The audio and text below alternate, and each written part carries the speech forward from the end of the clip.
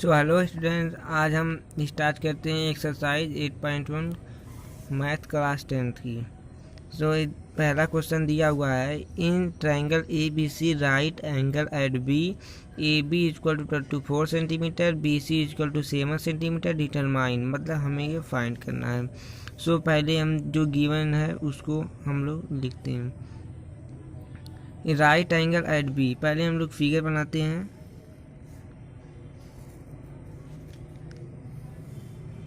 यहाँ पर right angle बनेगा और राइट एंगल जिस पे कहा है, राइट एंगल किस पे कहा है, राइट एंगल एट बी, मतलब जिस पे कहा है राइट एंगल उसी पे राइट एंगल बनेगा।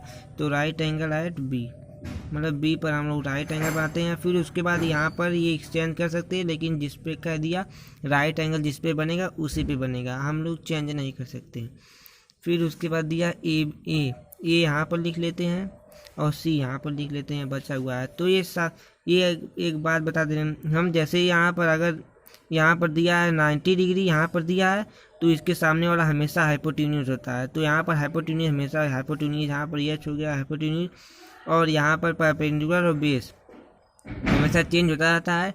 अगर यहाँ पर एंगल कह दिया सी, तो सी के सामने वाला हमें परपेंडिकुलर, अगर कह दिया एंगल सी को मानना है तो एंगल के सामने वाला परपेंडिकुलर और नीचे वाला बेस, मतलब उसके जो मतलब लगा हुआ वाला साइड होगा वो बेस हो जाएगा और सामने वाला परपेंडिकुलर, और हाइपोटेन्यूज हमेशा फिक्स रहता है। अगर कह दिया एंगल ए के रिस्पेक्ट में करना है, तब एंगल ए के सामने वाला साइड कौन सा हो जाएगा, ये, तो ये बेस हो जाएगा। एंगल ए के लिए ये बेस हो जाएगा, ये परपेंडिकुलर हो जाएगा और ये बेस हो जाएगा। परपेंडिकुलर हमेशा एंगल के सामने वाला साइड होता है और बेस इससे लगा हुआ वाला साइड होता है बेस। चलिए अब क्वेश्चन स्टार्ट करते हैं। फिर दिया हुआ है कितना, A B equal to 24 and B C equal to 7। A B equal to 24 और बी सी इक्वल टू दिया है 7 सेंटीमीटर। ये भी सेंटीमीटर में है और ये भी सेंटीमीटर में ही आएगा। अब हम लोग एक फार्मूला यूज करने जा रहे हैं, बहुत इंपॉर्टेंट है, उसका नाम है पाइथागोरस थ्योरम। पाइथागोरस थ्योरम वहाँ हमेशा ट्राइंगल में यूज होता है और वहाँ यूज होता है जहाँ पर 90 डिग्री दिया हो। तो 90 डिग्री दिया है तो हाइपोटेन्यूज, ये फार्मूला, ये क्या होता है थ्योरम, हाइपोटेन्यूज का स्क्वायर इक्वल टू परपेंडिकुलर का स्क्वायर प्लस बेस का स्क्वायर। सो इसी की मदद से हम लोग एक साइड जो नहीं फाइंड होता है उसे फाइंड करते हैं। सो हाइपोटेन्यूज नहीं दिया है तो हाइपोटेन्यूज यहाँ पर लिख लेंगे और इसका स्क्वायर कर देंगे।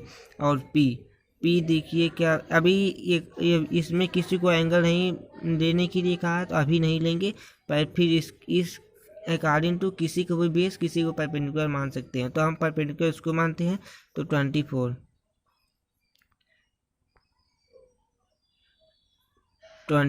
का स्क्वायर प्लस फिर उसके बाद 7 का स्क्वायर।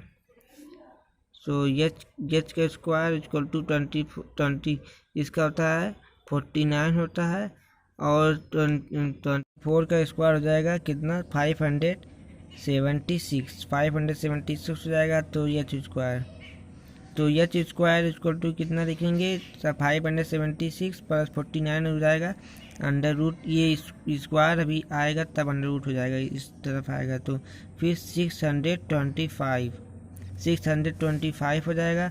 फिर उसके बाद एच स्क्वायर, जब स्क्वायर रूट मतलब इस पार्ट ट्रांसफ़र करेंगे तो स्क्वायर हो जाएगा अंडर रूट हो जाएगा, तो 625। तो एच इक्वल टू कितना होता है, 625 का वैल्यू था 25, मतलब कोई भी अगर वैल्यू अगर रूट के बाहर आती है तो मतलब इसका 2 टाइम्स ये होना चाहिए।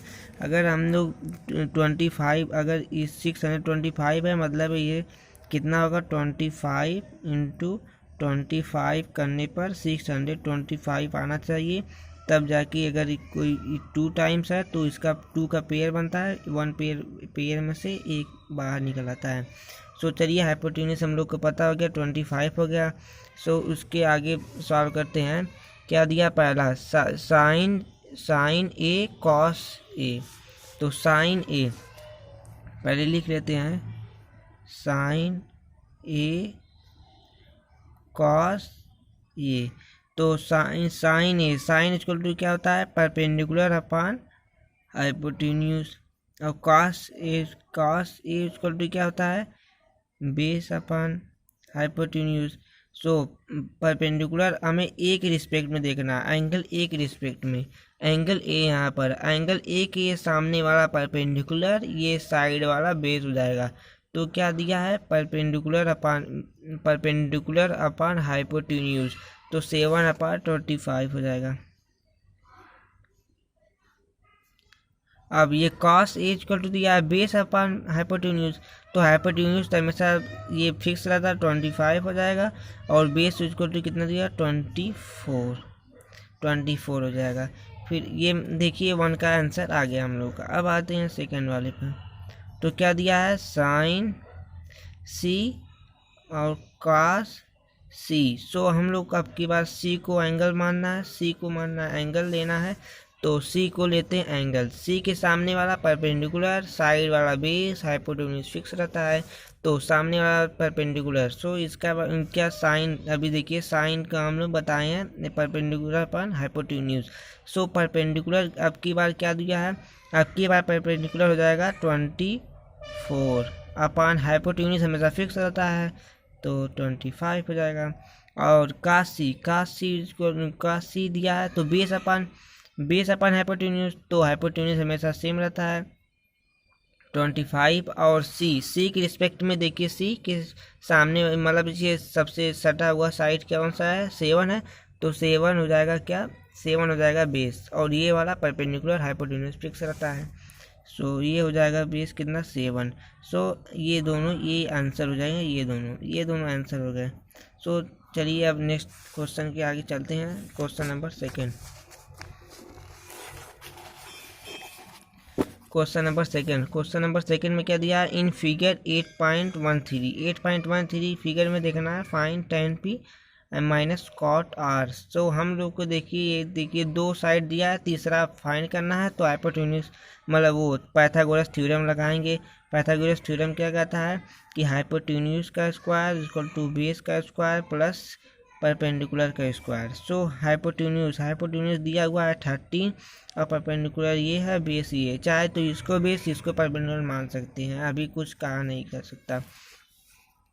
तो यह इक्वल टू 13 का स्क्वायर इक्वल टू बेस दिया है, बेस तो फाइंड करना है, प्लस परपेंडिकुलर दिया है 12 का स्क्वायर, इसका होता है 169 इक्वल टू बेस का स्क्वायर प्लस 144 होता है। तो बेस फाइंड करना है, तो बेस स्क्वायर इधर हो जाएगा और बेस स्क्वायर इधर रहेगा और ये इस तरफ चलाएगा, तो 169 पहले था, तो ये प्लस में जाएगा, तो इधर जाएगा 1 minus 144। So base equal to ये जब ये उधर जाएगा तो अंडर रूट में हो जाएगा, तो 169 में से 144 मतलब सब्ट्रैक्ट करेंगे तो 25 आ जाएगा। तो 25 देखिए हम लोग आपसे कहा था कि इसके अंदर अगर कोई वैल्यू है तो इसका 2 का पेयर बनना चाहिए, तो 25 को लिख सकते हैं 5 × 5। सो 5 × 5 लिख सकते हैं इक्वल टू 5 × 5 में से पेयर बन रहा है, पेयर में से एक बाहर आ जाएगा और सेंटीमीटर में हो जाएगा, क्योंकि यहाँ पर अगर हम यहाँ पर भी ये देखिए 13 सेंटीमीटर में था, और सेंटीमीटर को अगर सेंटीमीटर के स्क्वायर होल स्क्वायर है तो सेंटीमीटर का भी स्क्वायर होता है, तो सेंटीमीटर भी रूट से बाहर आएगा तो सेंटीमीटर हो जाएगा, सेंटीमीटर स्क्वायर रूट से बाहर आएगा सेंटीमीटर हो जाएगा, ये भी सेंटीमीटर में रहेगा। यहाँ पर देखिए यहाँ पर 5 रहेगा, हम फिगर बना लेते हैं, ये 5 रहेगा, और यहाँ पर देखिए P दिया है, Q पे 90 डिग्री दिया है और R दिया है। सो अब देखिए क्या कहता है, tan P माइनस कॉट और tan P minus cot R, tan उसको तो क्या होता है perpendicular upon base, minus cot equal to क्या होता है बेस अपॉन परपेंडिकुलर। सो अब देखिए इसमें क्या कहा है P को हम लोग मानना है या एंगल P पर लेना है, तो एंगल P देखिए कहाँ पर, यहाँ पर एंगल P को अगर हम लोग एंगल P पर लेते हैं तो यहाँ पर देखिए 5 है और यहाँ पर पहले से दिया हुआ था कितना 12 है और 13 है, 12 है, यहाँ पर 13 है। सो हम लोग को क्या करना है, पी को मानना है एंगल और परपेंडिकुलर अपॉन बेस लेना है। तो हम लोग पी को मानेंगे एंगल, परपेंडिकुलर ये है, बेस ये है, तो 5/12 हो जाएगा। 5/12 माइनस का पहले से ही है, चिन्ह पहले से लगा देंगे। और फिर इसके बाद क्या है, कॉट आर को हम लोग मानना है क्या, एंगल कॉट को आर को मानेंगे। तो कॉट इक्वल टू क्या होता है, कॉट इक्वल टू क्या होता है देख लीजिए, कॉट इक्वल टू होता है बेस परपेंडिकुलर। तो बेस परपेंडिकुलर होता है, तो बेस ये 5 है और परपेंडिकुलर कितना दिया हुआ है, 12 दिया हुआ है। तो बेस कितना है, 5 है और परपेंडिकुलर 12 है। सो इसको इसका तो सेंटीमीटर अपन सेंटीमीटर आता है, कट जाता है, इसका कोई वैल्यू नहीं होता है। और इसमें से इसको घटाएंगे तो आ जाएगा 0। सो ये रहा आंसर। अब तब तक के लिए